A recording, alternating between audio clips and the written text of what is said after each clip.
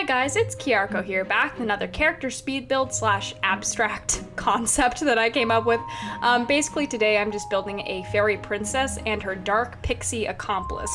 So I kind of came up with this whole backstory behind like what the hell this story is. So basically this is a set of characters that's for a story that takes place in like a mythical, fantastical world where there's obviously, fairies and pixies and stuff like that. So I had this idea that there's this fairy princess whose name is Princess Luna, and she's like, honestly, I didn't think like too much about the details of the plot, but she's like on some mission, right? Like she's trying to, I don't know, like retrieve some ancient artifact of fairies or like save her kingdom or something like that. And in her journey as a character, she enlists the help of a dark pixie who is like the mortal enemies of the fairies. They come to some sort of agreement where she agrees to like help the dark pixie with her thing, and in return the dark pixie will help her on her adventure. I know this is so weird and random, it's just like a fun idea I had, and I wanted to build fairies, and I just kind of came up with this concept while I was doing it. So this is Princess Luna, and then we are going to see the dark pixie after, named Violet. So Princess Luna is obviously a princess. She's a very beloved, very proper, by the books kind of princess, but growing up in the castle and in the fairy royalty, she's been very removed from the rest of, I'm just gonna call it Fairytopia, I guess, kind of like in a Barbie movie. From the rest of Fairytopia, she's been very sheltered, kind of in a bubble. So when she goes on this journey, this adventure of, whatever it is she's trying to do, she's going to learn a lot more about the world, about the realities of the world. And initially, when she meets Violet, the dark pixie, she has a lot of biases and prejudices towards her because she's a dark pixie and they're like mortal enemies, right? And on her journey, she learns a lot about dark pixies and like, how she was raised in a bubble and how she doesn't like fully understand the rest of the world. Like she's just gonna have like a character arc, basically. What I'm creating right now is her like fancy royalty costume, and then I'm gonna show you her costume for like her adventuring and stuff. So this is not what she's wearing on her adventure. This, what I'm putting together right now, is what she's going to be wearing on her adventure. But what I imagine is like over the course of this adventure, she, Luna and Violet, change from, evil mortal rivals to actually like really good friends. I imagine it's like a story of them, learning a lot about each other and, really realizing that their preconceived notions about each other were incorrect, and they bond and they become besties by the end of it. So this was really, really fun to do. I absolutely adore Luna's wings and her haircut too. It's so unique, so cool. There's a lot of like anime inspiration, I would say, in like the costume designs, particularly in Violet's character, which we'll get to in a second. But even that shirt that Luna's wearing here, it just reminds me of an anime for some reason, like just like the general costuming of it for some reason. But yeah, here I am just putting together her adventuring costume.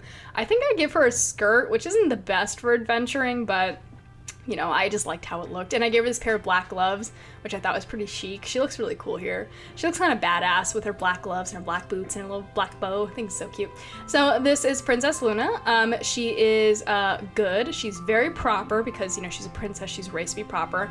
And I imagine that she's very, very intelligent, but not street smart, just like intelligent because of like all the great education she received as, being a part of the royal family. So now we are creating Violet. So Violet is a dark pixie. Who like, I feel like dark pixies like in this universe have like a lot of biases against them just from everybody else. Like in the movie Zootopia, how like everyone kind of doesn't like foxes, how there's like a lot of stereotypes about foxes and predators and stuff. It's kind of like that kind of thing, where they just, don't like dark pixies, because they're like, they're like, oh, dark pixies are evil. They're always like thieving and stealing babies and stuff. Because that like all that folklore about pixies and fairies like stealing babies out of cribs and stuff. I imagine maybe that could be like a prejudice in this world, in the Fairytopia world. But yeah, so this is Violet. I freaking love her. She is so, so cute, especially her eyebrows. I love her big bushy eyebrows. She looks absolutely amazing. Especially the haircut I'm gonna give her. I've never used this CC hair that I'm gonna put on her in a second. But I actually really like how it ends up looking. And like I said, a lot of anime inspiration, even in the hairstyles. Like Luna's hair, the way it's cut really reminds me of an anime, and this is the hair I go for with Violet. Again, it really reminds me of an anime, just like the shape of it. Something about it, just, I'm pretty sure it's the shape of it, like all the pieciness and the sharp angles just kind of reminds me of, you know, like anime drawn style. But as you can see right now, I'm trying to look for some sort of like ombre I can give her hair, because I have like a lot of different like CC ombres, and I'm just trying to pick out which one like goes best over this mesh. This is the one I ended up going with. It's not perfect, but it's pretty, it's the one that I could get the closest, so I ended up going with this like red one. So she has like this red and black cute little hairstyle, very cute. Those are her little dark pixie wings. They're not as like grand and luscious as Princess Luna's wings, but I figure that's the point, you know, because she's not from royalty, she's from like the scraps, you know, she's not, she's, yeah, you know what I mean? And I kind of figured like maybe for her storyline, I figured like even though she's really tough and kind of mean and sassy, she has like a lot of, she's a really sad backstory. She's also kind of a loner now, but she wasn't always a loner. She's not a loner by choice. What I imagine is her father, who's like a single father, was like wrongly arrested by like the fairy royalty, and that's why she has like a vendetta against the fairy royalty. So that's why she like really doesn't like Luna at first, but Luna agrees to like help release her father from prison if she helps her. So that's what I imagine is her incentive to help Luna, is that it's getting her father free from fairy jail. I thought so much about this. This is really freaking random. But yeah, let me know what you guys think of this. She's very creative, loner, mean, but you know, deep down she has a heart of gold.